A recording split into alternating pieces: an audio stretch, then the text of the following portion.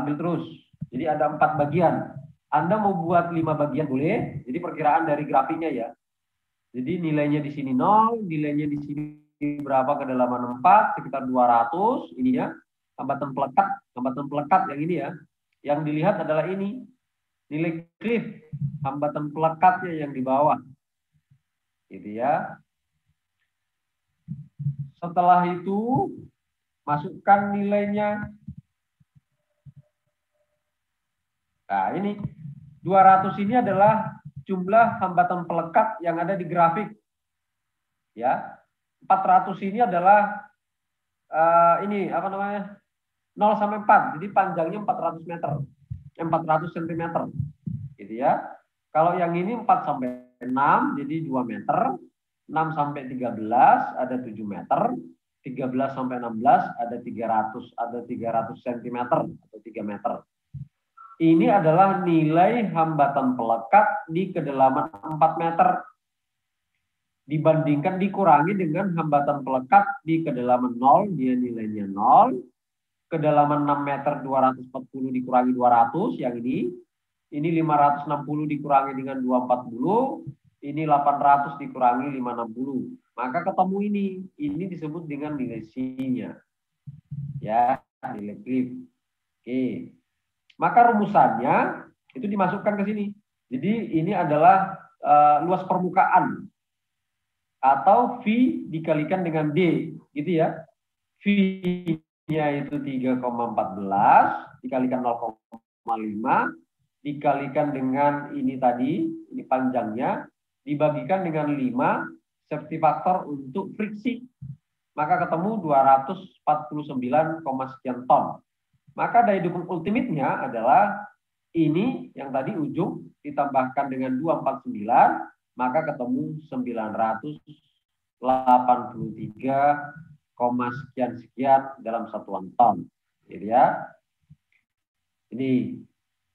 Terus berat sendiri tiangnya berapa? Berat sendiri tiang ini tadi sudah 0,25 kali 3,14 dikali panjangnya itu, jadi sepanjang 16 meter.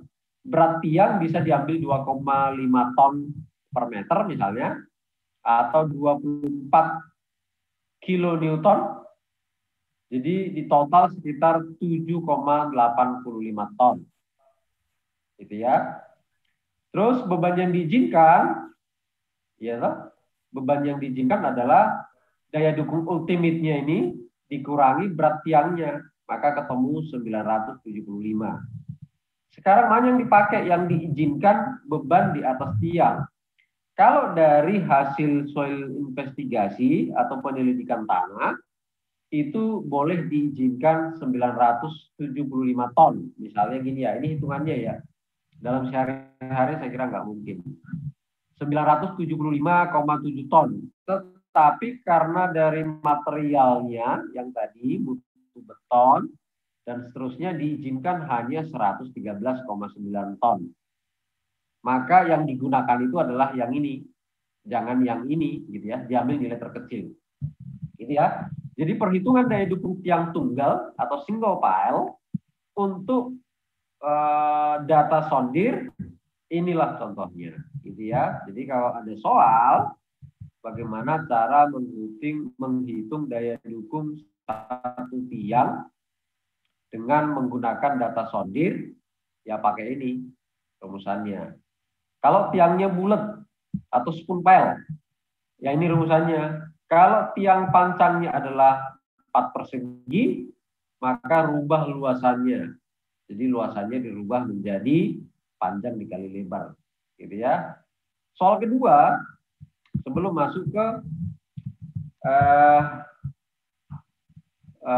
efisiensi, jadi kalau ada bore pile ini, bore pile-nya diameter 100, ini dari bor lock, dari boring tanah ya. Jadi yang tadi sondir, kalau ini adalah dari SPT, standar penetrasi tes. Diameternya adalah 100 atau 1 meter bore pile, maka rencanakanlah daya dukung tiang tunggal, jadi masih 1 ya. Jika kedalamannya adalah 18 meter, ya. Ini bisa cek, ini kedalamannya lebih dari 18, sekitar 20-an meter ini. Ini adalah 0, kedalaman 2 meter, 4 meter, 6 meter. Setiap 2 meter ada nilai NSPT. Kemarin kita sudah bahas tentang pengambilan nilai NSPT ya. Jadi nilai N itu dituliskan di sini. Ya, ini.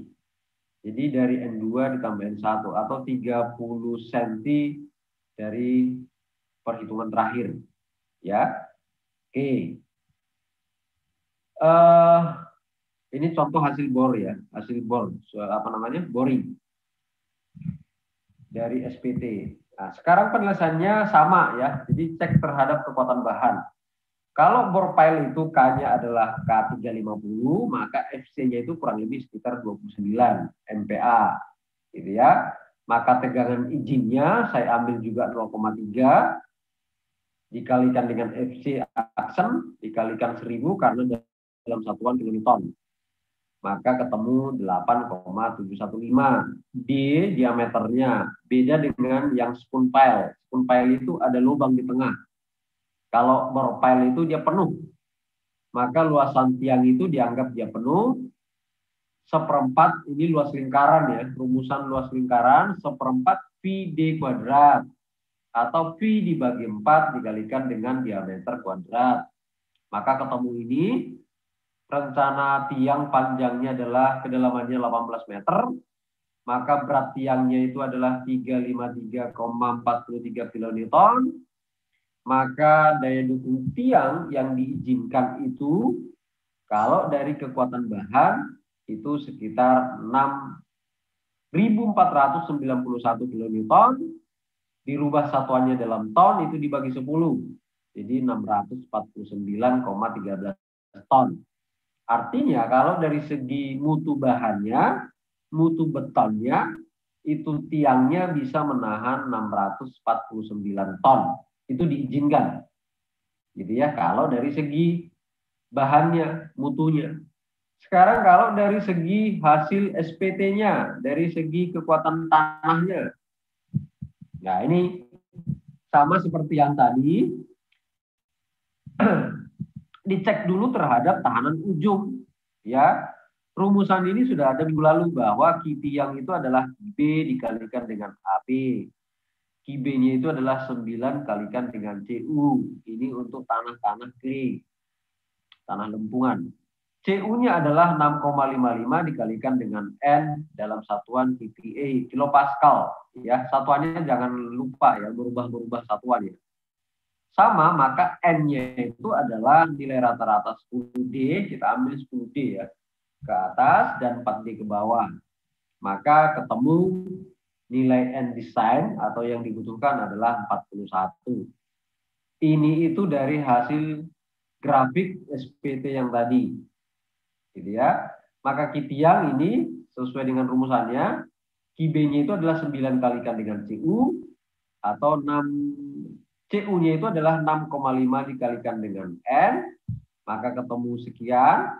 Ini setelah itu QB-nya 9 dikalikan CU, maka 9 kali 268,5 sama dengan 2417 kilonewton ini, atau sama dengan 241,7 ton. Luasannya adalah seperempat V D kuadrat dalam satuan meter, D diameter ya. Maka Q tiang adalah 241 sekian-sekian ini, maka ketemu 189,7 atau sama dengan 190 ton. Dibagi 3, maka diizinkan itu hanya 63 ton berdasarkan tahanan ujung. Gitu ya. Kalau berdasarkan friksinya, sama ini rumusannya sudah ada, tinggal Anda masukkan ke rumusan, maka ketemu daya dukungnya 167, friksinya dibagi 5. Gitu ya. Maka daya dukung ultimate-nya dijumlahkan daya dukung ujung ditambahkan dengan friksinya, harus dijumlahkan ya, rumusan yang awal dulu, maka ketemu 230 ton. Berat sendiri tiang seperempat V D kuadrat dikali 18 meter, Kedalamannya dikali 2,5 ton, ketemu sekitar 35,3 ton. Jadi tiangnya itu sedalam 18 itu, diameternya 1 meter itu, ternyata beratnya sekitar 35 ton. Maka yang diizinkan adalah 230 dikurangi berat tiang sama dengan 194. Kalau dibandingkan dengan mutu tiang yang tadi dari hasil material tiang masih lebih kecil 649.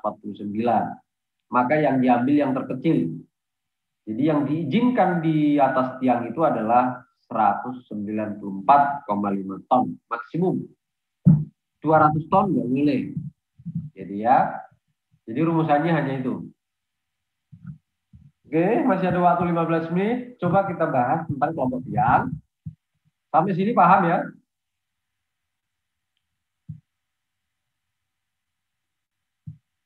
Oke, ini kelompok tiang. Jadi kalau kelompok tiang itu ada beberapa tiang dalam satu pile cap ya. Karena tidak pernah atau sangat jarang satu tiang itu untuk menahan sebuah fondasi itu sangat jarang. Meskipun ada ya kalau dia bebannya kecil. Tetapi biasanya dia berkelompok dan diikat dengan pile cap atau footing. Gitu ya. Terus ini contoh-contohnya kalau dua tiang biasanya bentuknya seperti ini. Kalau tiga tiang ini, kalau empat ini kalau dia 5, ini 5, ini kalau dia juga 1, 2, 3, 4, 5, 6, 7. Ya. Ini kalau 6, jadi 5, 6, 7. Ini kalau 6, kalau dia 9, 1, 2, 3, 1, 2, 3, 9, dan seterusnya. Jadi macam-macam ya. Jadi bisa 2, 3, 4. Terus jaraknya itu harus lebih kecil dari 2,5 D dan lebih besar dari 3 D. Jadi pengertiannya kenapa harus ini, kalau dia terlalu rapat, begitu dipancang yang kedua, yang atas ini, yang sebelahnya bisa naik. Ya, dorong dia. Itu ya, jadi logikanya gitu. Kalau terlalu rapat di bawah 2,5 D. 2,5 diameter maksudnya, jarak antar tiang atau S-nya ini itu tidak boleh lebih kecil dari 2,5 D. Dan tidak boleh lebih besar dari 3 D, karena sangat tidak ekonomis, karena pile cap-nya akan semakin besar. Gitu ya. Jadi contohnya gini, maka perhitungannya adalah bebannya itu, satu tiang itu adalah semua beban vertikal ini dibagikan dengan jumlah tiang. Logikanya seperti ini. Jadi kalau ini misalnya 1000, atasnya 1000, dibagikan ini ada 8 misalnya, 8, maka 1000 dibagi 8, satu tiang harusnya menahan 1000 per 8. Gitu ya. Jadi sekitar 100-an. Oke. Tapi ada beberapa rumusan konversi ya. Jadi macam-macam, ada konversi Labarre seperti ini, bahwa nilai efisiensi itu ya, ada konversi Labarre menghitung efisiensi kelompok tiang, nilainya adalah 1 dikurangi dengan theta dibagi 90 dikalikan dengan n dikurang 1 kali m tambah m kurang 1 kali n dibagi dengan m kali n. Dan M itu adalah jumlah baris tiang. Jadi kalau ini barisnya ada 2, 1 baris, 2 baris, gitu ya. Kalau N itu adalah jumlah tiang dalam satu baris. Ini jumlahnya 1, 2, 3, 4. 1, 2, 3, 4. Gitu ya. Jadi M-nya ini adalah 2 dan N-nya itu adalah 4. Kalau ini contohnya. Oke. Terus si nilai theta itu adalah arcus tangen D dibagikan dengan S. D-nya itu adalah diameter tiang. Ini dalam satuan derajat. Jadi arcus tangen. Dan S itu adalah jarak antar pusat tiang. Gitu ya. Jadi rumusan mencari efisiensi seperti ini. Nilainya pasti lebih kecil dari 1. Karena ini 1 nilai pengurangnya terhadap rumusan ini. Oke, ada lagi rumusan Los Angeles Group. Nah, ini juga bisa. Tetapi yang biasa dilakukan adalah ini. Atau dua-duanya nanti dibagi, boleh ya. Tetapi ini saya kira sudah cukup. Ya, nilai efisiensi konversi Labarre ini. Terus, contoh sebuah soal. Ini sebuah kelompok tiang, diameternya 50 cm, Ki tiangnya adalah, satu tiang itu adalah 94,6, satu tiang bisa menahan 94,6. Gaya aksial itu gaya vertikal yang tadi nilai V itu dari beban hidup, contoh ini, dari beban mati dan beban hidup itu sekitar 786. Maka kalau ditanya berapakah jumlah tiang yang digunakan, harusnya ini dibagikan ini. Karena satu tiang itu diinformasikan bisa menahan 94,6, maka ini dibagi ini. Ketemunya sekitar 8,3. Ini dibulatkan menjadi 9 tiang, ya. Jadi dibulatkan menjadi 9 tiang. Tetapi harus dicek dulu karena ini sudah menjadi satu kelompok, maka dicek secara grup, ya. Nilai efisiensinya berapa? Kalau ini, maka nilai barisnya atau nilai M-nya itu ada 3, 1 baris, 2 baris, 3 baris, gitu ya. Nilai N-nya itu adalah jumlah tiang dalam satu baris. Baris pertama ada 3, baris kedua 3, ini 3. Berarti M-nya 3 dan N-nya itu ada 3. Gitu ya. Tinggal dimasukkan rumusnya. Jaraknya diambil 2,5 D. Jadi sekitar 2,5 kali 50. Ini jadi sekitar 1,25 cm. Sisanya ini ke ujungnya 50 cm. Ya. Masukkan ke rumusnya, maka efisiensinya ketemu sekitar 0,677. Gitu ya. 0,677. Jadi ini adalah nilai tetanya arkus tangan D per S. Ini tadi 1,25. D-nya 1 meter dibagi 1,25 jaraknya, maka nilainya 21,8 dalam satuan derajat. Setelah itu dibagi dengan 90, dikalikan tadi M, ini N dikurangi 1 dan seterusnya ini dibagikan dengan M kali N, 3 kali 3, maka ketemu 0,677. Maka efisiensinya itu hanya 0,677. Gitu kan? Sehingga kalau nilai efisiensinya 0,677, maka sebenarnya satu tiang itu ini tidak bisa menahan sebesar 94,6. Gitu ya. Sebenarnya dia menahan lebih kecil dari 94,6.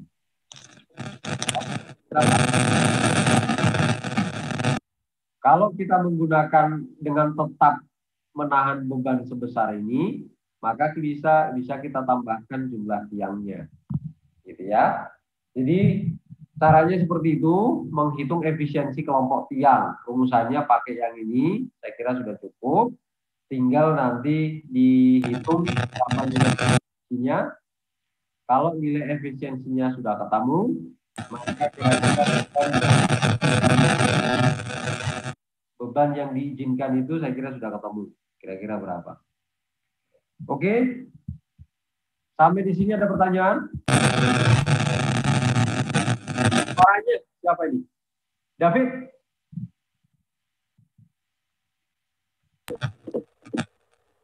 Suaranya di mute.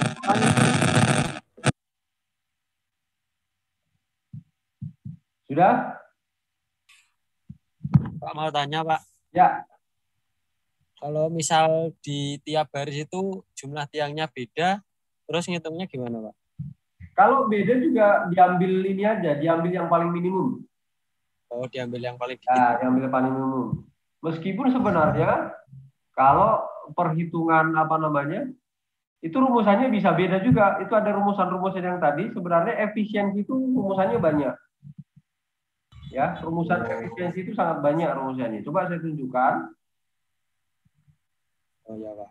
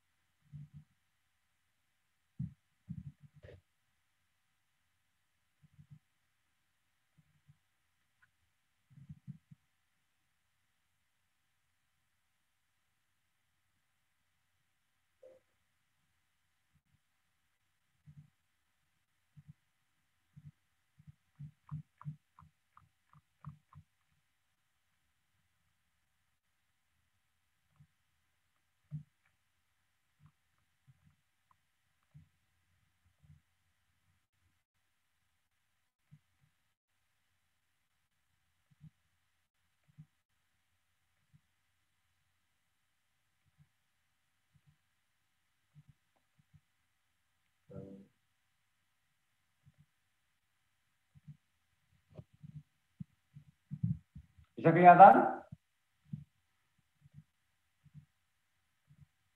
Kelihatan, Pak. Ya. Jadi ini ada rumusan menurut BDM. Ini juga bisa nanti disesuaikan. Jadi ada 3. Nah, kalau dalam perhitungan yang ini saya warna ini, dari 3 biasanya diambil dari 2 atau 3 rumusan efisiensi, gitu ya. Jadi kalau ini tadi converse Labari yang ini, terus bisa juga menggunakan Los Angeles Group yang tadi. Setelah itu juga bisa menggunakan efisiensi kelompok Borpile menurut BDM. Jadi dari 3-3 ini, nanti mana yang sesuai dengan kondisi bentuk grupnya, itu bisa dipakai. Tetapi bisa juga dipakai sekaligus. Jadi untuk kasus-kasus tertentu ini bisa dipakai sekaligus, nanti diambil adalah nilai rata-rata, yang seperti ini.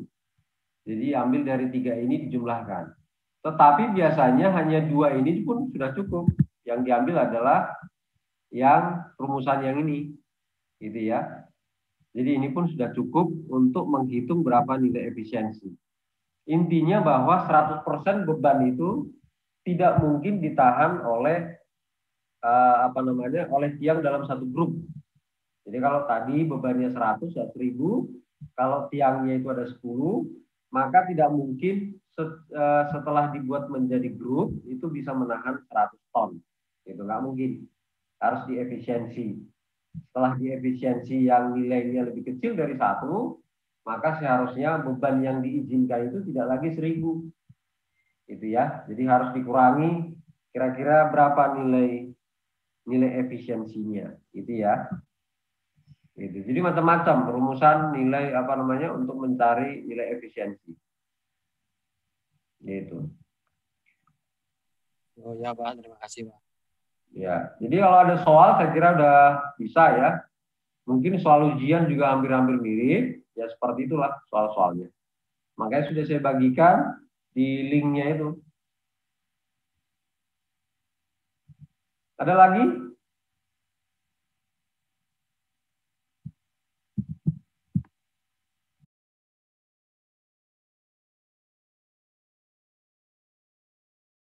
Kalau tidak ada, kita akhiri. Sampai ketemu minggu depan ya.